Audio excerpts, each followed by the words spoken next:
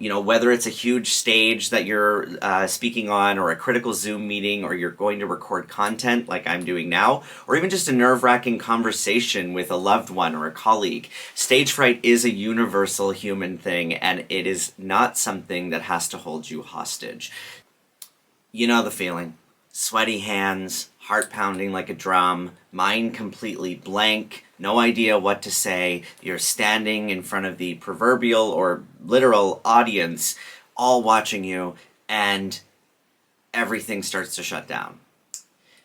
If you're not familiar with what I'm getting at, it is colloquially known as stage fright. And it's something that I've definitely navigated most of my life, having grown up being an actor, and a child actor at that. And something that I've really focused on helping people with, because it's so much a mind game when it comes to how to focus, truly focus out on your audience, on your story, on your conversation, your connection, and not let nerves basically shut you down, biologically speaking as well. So we're going to dive into that today. Whether it's a huge stage that you're speaking on, or a critical Zoom meeting, or you're going to record content like I'm doing now, or even just a nerve-wracking conversation with a loved one or a colleague, stage fright is a universal human thing, and it is not something that has to hold you hostage. So if you've ever felt like you can't get to the things you want to do in your life because of that gut-wrenching fear of basically being a deer in headlights, panicking, shutting down, this is the episode for you. We're going to get deep into this, and we're going to talk about why your brain tries to protect you from the perceived danger of judgment. And I'm going to show you that you can actually train your brain to work with you. So today we're going to dive into 3 simple yet powerful tools to help you stay calm, to help you stay focused, and to help you stay in control when you step into that spotlight. Hey, you're hanging out on the Tony Babcock podcast, where we're reminding you to take a quick breath, remember who you are, and face the chaos so you can own your spotlight and be exactly who you're meant to be. Okay, so I mentioned that I've been an actor most of my life. I still act. Just recently did a series on Amazon. I had a role on there. Still do a ton of theater. Obviously, as a speaker, I pull from those skills. And stage fright has been a really interesting thing for me, because for me, growing up, I was able to get on stage as a character, and I would actually be more comfortable. They often said as a child I was more comfortable on the stage than off the stage. Then not long after that, I had to start doing speeches in school. You ever do that? When you have to do speeches, you have to prepare a speech and you have to speak in front of everyone as yourself. And that absolutely terrified me. It's interesting. I could be a character. I could step into someone else's shoes. I could speak someone else's words. But as soon as I had to get up there with the cue cards and look at all my peers and just be authentically me, that's when I started to feel the deep stress and pressure of stage fright.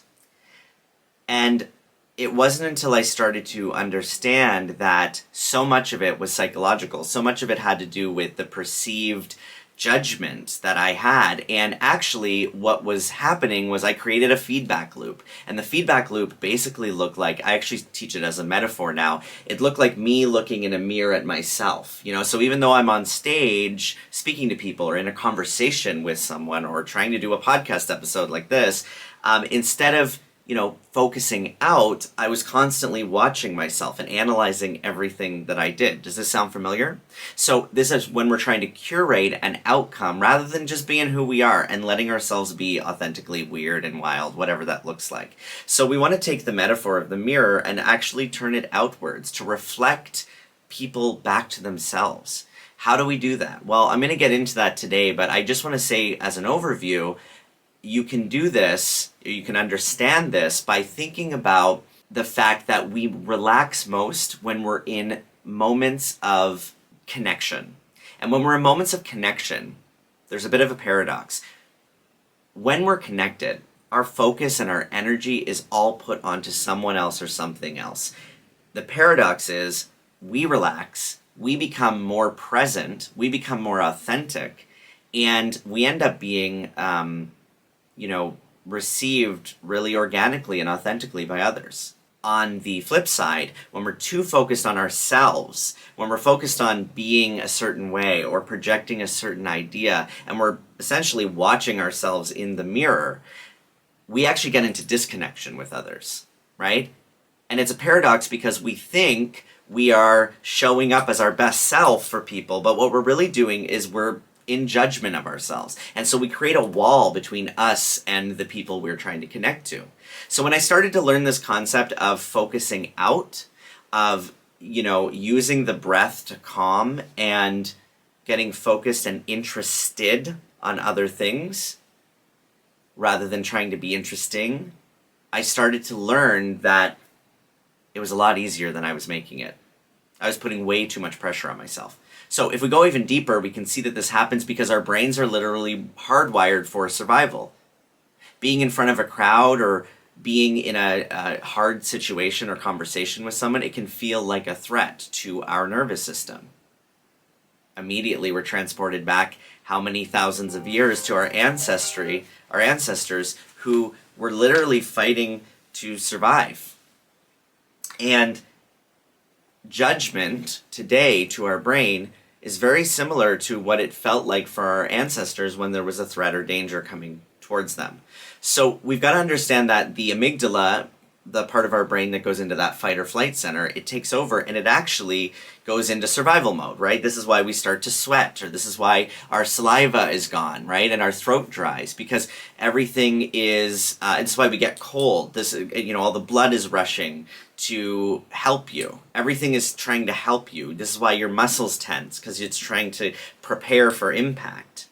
So we get on stage and everything sort of like seizes up. And we think the way to get out of that is by pushing through it or powering through it, when in fact, the way to get out of that is to actually override it by putting the focus back on your breath and putting the focus out. And I just want to say something. This is not a flaw of your brain. This is a feature of your brain. Even the most seasoned pros feel it.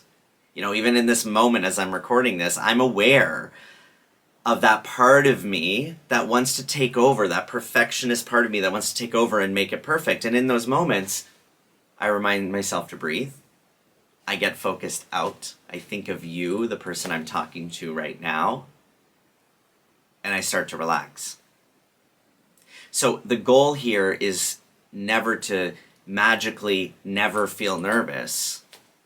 It's about having the tools to manage those nerves so that they don't end up controlling you.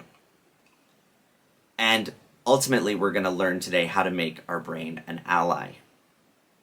So, today's tools are pulled directly from a guide that I created called The 3 Tools to Ease Stage Fright, which you can get a free copy of below. I'm going to walk you through each one, and by the end, I'll tell you how you can download the full guide for yourself. So, these are practical. You can use them immediately. And they are meant to be, just like all the tools that we share here on the Tony Babcock podcast, they're meant to be on the go, bite-sized, digestible, quick, and they can be used in moments of, let's say, heightened moments of panic, moments of stress. The first tool that I want you to utilize, I've been talking about a lot, and that is your breath. Breathing while you speak. Also breathing while you listen. The best thing you can do when you start to get into that fight or flight panic mode is to take a deep breath. In and out. Now, the quality of breath is really important.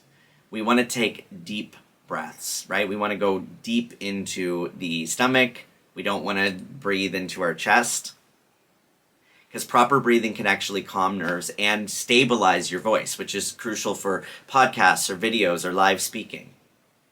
So before speaking, especially if you start to feel this, rise up in you and this nervousness, this stage fright, slow, deep breath in, hold, and exhale.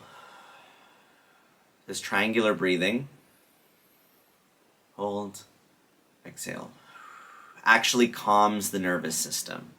Why? It sends a message to your nervous system that you are safe, you are calm. You wouldn't be taking these calm breaths if you were in danger, right? So your nervous system understands it as, oh, we are safe. We can relax. Now, as you speak, I want you to imagine the words riding on your breath, steady, right? So it's like sometimes when we speak and we're nervous, we're trying to get the words in and we can just feel like, we're losing air and we're not taking breaths. Imagine the words just riding on the breath. It's okay to take the breath. And speaking of, the third part of here is pause after key points to breathe. A bonus here is that the audience actually absorbs more when you do that. You'll notice that I do that throughout my entire podcast. I'll say something and I'll take a breath for myself, and it also allows you to take a breath and process what's been said. So a quick thing you can do is read a sentence normally, right now, just any sentence. You could make it up. I like to go to the store. Then, again, I want you to focus on exhaling while speaking and look at the difference. Like, inhale and breathe and exhale, take pauses. I like to go to the store. And actually, let's take a big deep breath first. Hold, out. I like to go to the store. Breathe. Okay? And it's a subtle thing, but it makes a huge difference. And you're going to find that if you start to implement this, you will command more connection and attention from people. You'll also feel more in control of what you're doing. And it also forces you to slow down because we often speed up when we get nervous. So that's the first tool. Breathe it down, I like to say. Like, bring it down, ground it through your breath. The second tool is to use emotional imagery before speaking. So why this works? Well, there's a mind-body connection, and it's very powerful. A strong memory can instantly change your mood, right? Like a song or a smell. So you could think of like your grandmother's cooking, and immediately you feel happy. Or, it could be actual physical stimuli. Someone you love might walk in the room, and all of a sudden your entire nervous system changes. Or it might be a song that comes on. So instead of what if I messed up, like what if I don't do well, which sometimes we tell ourselves, you want to shift into a powerful, positive image that breeds confidence. Now, sometimes I tell people to put this on their phone so you can look at it, something that brings you joy. But you could close your eyes as well and picture it. And this is going to actually really help you in a few ways. In one way, it's going to relax you. In another way, it's going to remind you that this talk you're giving or this conversation is not as important as the thing that really brings you joy. That song or that person, that image of something that brings you a lot of joy. So close your eyes and get, this is, if you're a visual learner, this will come easier, but even if you're not, just get as specific as possible. Remember the little details in this image as you close your eyes. What did it feel like? Step into that moment. And before you speak, recall that image. Let the feeling fill you. It will replace your fear. So before your next speaking gig or conversation or podcast interview, take 30 seconds to visualize just owning it. Feel how good it feels to be in connection with someone else. The third tool I want to give you is playing an action word in your head. So your body listens to your thoughts. If you think don't be nervous, your brain just hears nervous and nerves come in. So I always tell people, don't say I'm nervous, say I'm excited, because words do matter and they actually are vibrationally the same feeling. So you want to choose a single powerful word that embodies how you want to feel, right? So maybe that word is strong or bold or fearless or confident. Repeat it silently to yourself. Instead of saying I'm scared, I am powerful. I'm connected. I'm joyful. And embody it. If it's bold, stand taller. If it's calm, breathe deeper. Match your physicality to your word. Let your word link with the physicality. So you'll notice that shift if you say that word to yourself and then walk on stage or into your meeting. Athletes use this mantra technique all the time, but I want to take it one step further in something I learned from being an actor, and that is you can play actions through your words as well, through your words, not just before them, but through them. And it actually really helps to focus out. I started the episode by saying focus out. It will take the pressure off of you. So when you're speaking, like right now as I'm speaking to you, I want to think about what action am I doing to you through what I'm saying.